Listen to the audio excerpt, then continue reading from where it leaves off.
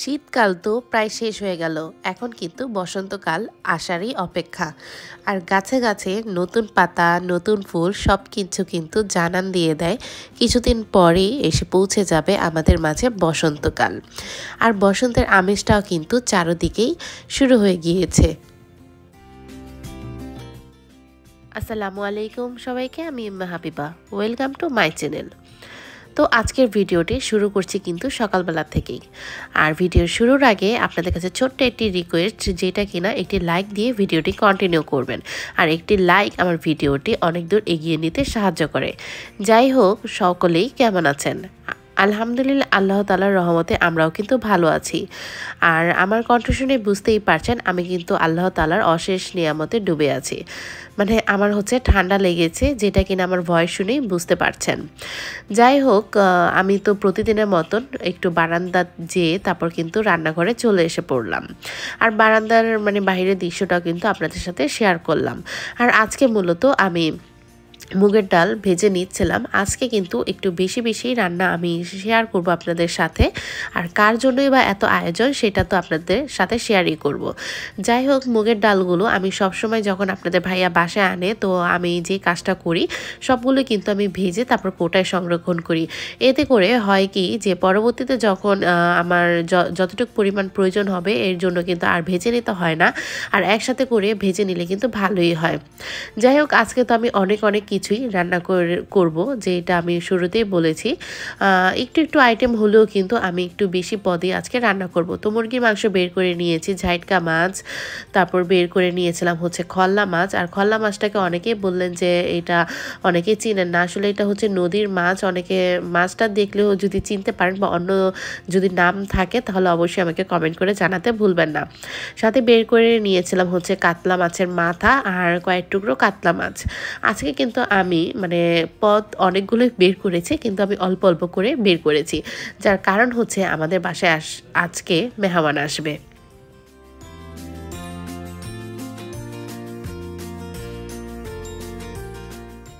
আজকে আমাদের বাসায় বেড়াতে আসবে আমার একমাত্র ফুপু।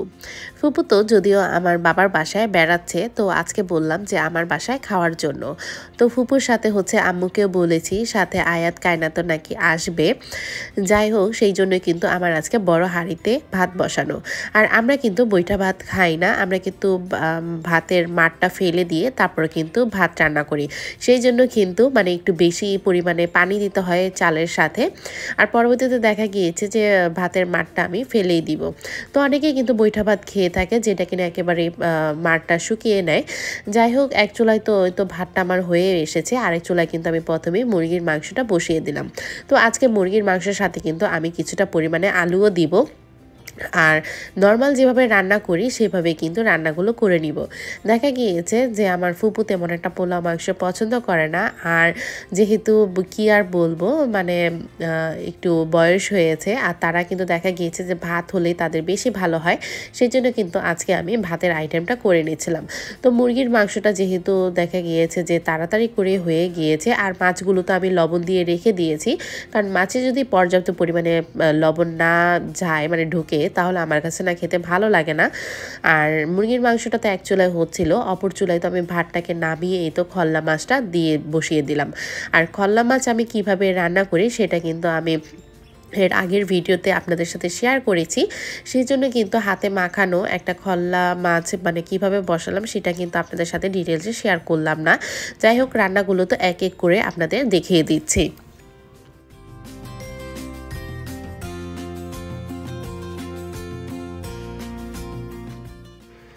আজকে কিন্তু আমি ফ্রিজ থেকে বের করে নিয়েছিলাম কাতলা মাছ, যেটা কিনা এর আগের ভিডিওতে আপনাদের সাথে শেয়ার করেছি। আপনাদের ভাইয়া বড় সাইজের একটা কাতলা মাছ কিনে কেটে এনেছে। যাই হোক, সেইটার মাথা প্লাস মাছ সবই কিন্তু আমি বের করেছি, পর্যাপ্ত পরিমাণে। আর যেহেতু একটা মাথা ছিল, সেটাকে কিন্তু আমি ভাবছিলাম যে কিভাবে রান্না করা যায়। তো ভাবলাম যে মুগের ডাল দিয়ে মুড়ি ঘন্টার মতো রান্না করি। সেজন্য কিন্তু আরেক চুলাতে তরকারিটা রান্না করার জন্য ডালটা রান্না করার জন্য আমি পেঁয়াজ আর কাঁচামরিচ ভেজে নিচ্ছিলাম। আর অপর চুলাতে কিন্তু মাছটা আমি ভেজে নিচ্ছিলাম, যদিও মাছ বলবো না, মাথাগুলো ভেজে নিচ্ছিলাম। এর পরবর্তীতে হলো মাছগুলো ভেজে নেব। আর সাথে এই তো মাছটা ভেজে নিলে আমার কাছে না ভালো লাগে। দেখা গিয়েছে যে কাঁচা মাছ দিলে অনেক সময় একটা গন্ধ আসে, আবার কাঁচা মাছ দিয়েও কিন্তু দেখা গিয়েছে যে আমি কষিয়ে তারপর রান্না করি। যাই হোক, এই তো মাছের মাথাগুলো কিন্তু মশলার সাথে কষিয়ে নেব। আর এই কষানোর সাথেই কিন্তু দেখা গিয়েছে যে মাছের মাথাটা কিন্তু একেবারে ভেঙে টুকরো টুকরো হয়ে যাবে, কারণ এমনিতেও কিন্তু মাছ অনেকটাই নরম থাকে, আবার কষানোর ফলে কিন্তু যখন আমরা নাড়াচাড়া দিই তখন কিন্তু অনেকটাই ভেঙে যায়। আর এইভাবে কিন্তু মানে ভাঙা ভাঙা টাইপের মাছের মুড়ি ঘন্ট খেতে কিন্তু ভালো লাগে। যাই হোক, আমি কিন্তু এখানে টমেটো ব্যবহার করেছি, কারণ ডালের মধ্যে এমনিতেও কিন্তু টমেটো দিলে খেতে খারাপ লাগে না।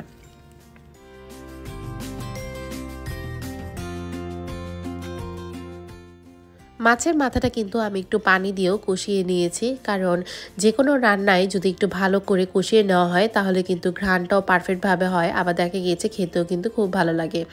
তো এইটার সাথে দেওয়ার জন্য যে মুগের ডালটা সেটা কিন্তু আমি মানে ভেজে তো নিয়েছিলাম, এরপরে হচ্ছে কিছুটা পরিমাণে নিয়ে প্রেসার কুকারে তারপর ধুয়ে তারপর হচ্ছে পানি দিয়ে 3 শিশের মতো দিয়ে রেখে দিয়েছিলাম।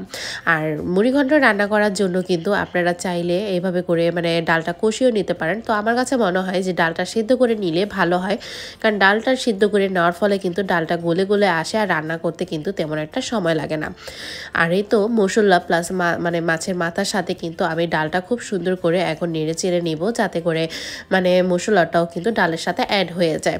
তো এক এক রকম করে কিন্তু এক একজন রান্না করে, দেখা গিয়েছে যে সবার রান্না কিন্তু একরকম হয় না। আজকে যেহেতু আমার একটু বেশি রান্না ছিল, মানে বেশি রান্না আমি বলবো না, মানে অল্প রান্না কিন্তু বেশি আইটেম ছিল। তো আমি আজকে যেটা করেছি মানে 2 চুলাতে কিন্তু রান্না করেছি, আর সাথে আমি রুই মাছগুলো কিন্তু ভেজে নিয়েছিলাম। আর আজকে ভাজতে যাওয়ার সময় দেখা গিয়েছে যে রুই মাছগুলো ভেঙে গিয়েছে।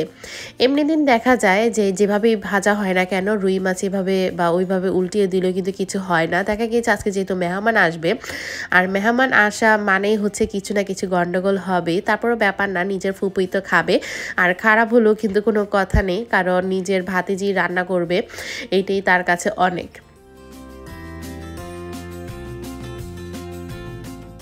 আজকের রুই মাছটা ভুনা করার জন্য কিন্তু আমি মশলাটা কষিয়ে নেওয়ার পর তারপর পানি দিয়েছিলাম।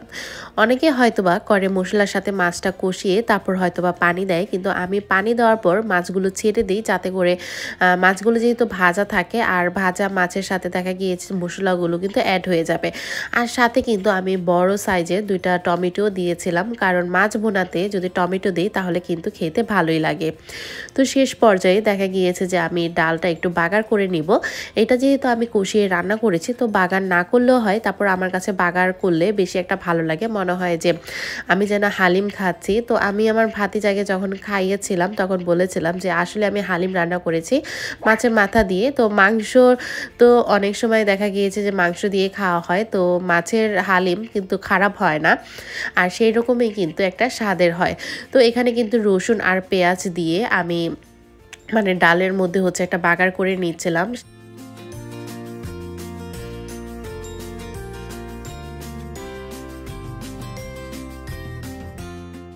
মুগের ডাল রান্না করার পরে কিন্তু আরেকটু পরিমাণে ঘন হয়ে যায়। এখন তো দেখা গিয়েছে যে নাড়াচাড়া করছে, একটু পাতলা পাতলা দেখাচ্ছে, কিন্তু আমি যদি এটা পরবর্তীতে রেখে দিই তাহলে কিন্তু আরেকটু ঘন হয়ে যাবে। যাই হোক, এটার সাথে কিন্তু আমি জিরা গুঁড়া দিয়ে দিলাম, আর সাথে দেব হচ্ছে ধনিয়া কুচি, মানে ধনিয়া পাতা কুচি। যাই হোক, আজকে আমার ভয়েস দিতে একটু একটু কষ্ট হচ্ছে, কারণ অনেকটাই ঠান্ডা লেগে গিয়েছে। আপনারা আমার জন্য অবশ্যই দোয়া করবেন, আর যদি ভয়েসে কোনো ভুল ত্রুটি হয়ে থাকে তাহলে অবশ্যই ক্ষমা দৃষ্টিতে দেখবেন। আর আপনাদের কাছে মানে যেই রিকোয়েস্টটা আমি শুরুতেই বলেছি, একটি লাইক, যেটা কিনা আমার ভিডিওতে মানে ভিউজের তুলনায় অনেকটাই কম আসে, তো আপনারা কিন্তু অবশ্যই একটি লাইক দিবেন। যাই হোক, আজকে কিন্তু আমার রান্নাগুলো কমপ্লিট হয়ে গিয়েছিল, যদি আমি অল্প পরিমাণে রান্না করেছিলাম, কিন্তু এখানে কিন্তু ছিল 5 পদের। আর এখানে ছিল হচ্ছে মুরগির মাংস আলু দিয়ে, ঝাইটকা মাছের ভাজা, সাথে হচ্ছে বেরেস্তা করেছিলাম, আর খল্লা মাছের চচ্চড়ি রান্না হয়েছিল, হচ্ছে কাতলা মাছের ভোনা, আর সাথে ছিল হচ্ছে কাতলা মাছের মাথা দিয়ে মুড়ি ঘন্ট, আর সাথে ছিল ভাত। এই ছিল কিন্তু আজকের দুপুরের আয়োজন। তো আমরা সবাই যেহেতু একসাথে করে খেতে বসবো, আম্মু বলল যে হচ্ছে রুমেই বসি নিচে, কারণ নিচে বসলে দেখা গিয়েছে সবাই একসাথে করে খেতে বসা যায়। আবার দেখা গিয়েছে যে টেবিলের মধ্যে আমার এতগুলো চেয়ারও নেই, মাত্র 3টা মাত্র চেয়ার টেবিলের সাথে। যাই হোক, সবাই কিন্তু একসাথে করে খেলে তারপর কিন্তু মজাটাই অন্যরকম। আর প্রথমে হচ্ছে ফুপু বলছিল যে আমি পুরাটা খাবো না, মানে আমি অর্ধেকটা খাবো। আমি বললাম এইটুকু মাছ সেটা যদি অর্ধেক খান তাহলে কিভাবে হবে।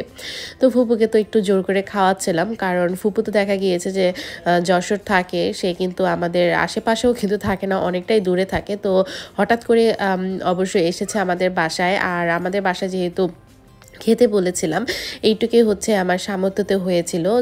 যাই হোক, মাশাল্লাহ, মানে ফুপু খেয়ে অনেকটাই মজা বলেছে যে রান্নাগুলো নাকি অনেকটাই মজার হয়েছিল। আসলে আমি কতটুকু মজা করে রান্না করতে পারি তা আমি জানি না, মানে নিজের প্রশংসা তো নিজের করতে নেই। যাই হোক, আপনাদের ভাইয়া সবসময় কিন্তু প্রশংসা করে থাকে।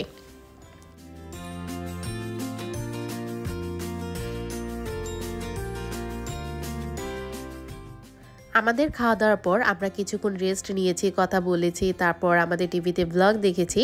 যাই হোক, সময়টা কিন্তু অনেক ভালো কেটেছে। এখন হচ্ছে ফুপু চলে যাবে, মানে চলে যাবে বলতে হচ্ছে আমার বাবার বাসায়, মানে 4 তলাতে চলে যাবে। সেখানেই তো এসেছে, মানে এখানে জাস্ট আমার দাওয়াতে সে এইখানে মানে আমার বাসায় এসেছিল। যাই হোক, যাওয়ার সময় তো অনেক কথা হচ্ছিল, আর এখন হচ্ছে বিদায়ের পালা। যদিও আবার দেখা হবে ফুপুর সাথে, কারণ বাবার বাসায় গেলেই তো আবার দেখা হবে। আর এখন কিন্তু আম্মু আর ফুপু চলে যাচ্ছে। আর এই তো এটা ছিল বিকালবেলা, যেটা কিনা আফরার ম্যাম এসেছে। আফরা কিন্তু পড়তে বসেছে। আর আজকে আফরার চুলগুলো ভিজা থাকার কারণে আজকে আমি বেঁধে দিতে পারিনি। আর আফরা কিন্তু মাশাল্লাহ এখন অনেকটাই কিছু শিখছে, কারণ বাচ্চারা কিন্তু যেইটা মাথায় একবার ঢুকায় না কেন সেইটা কিন্তু পেরে যায়। আর আফরার ম্যামও খুব সুন্দর করে ওকে পড়ায়।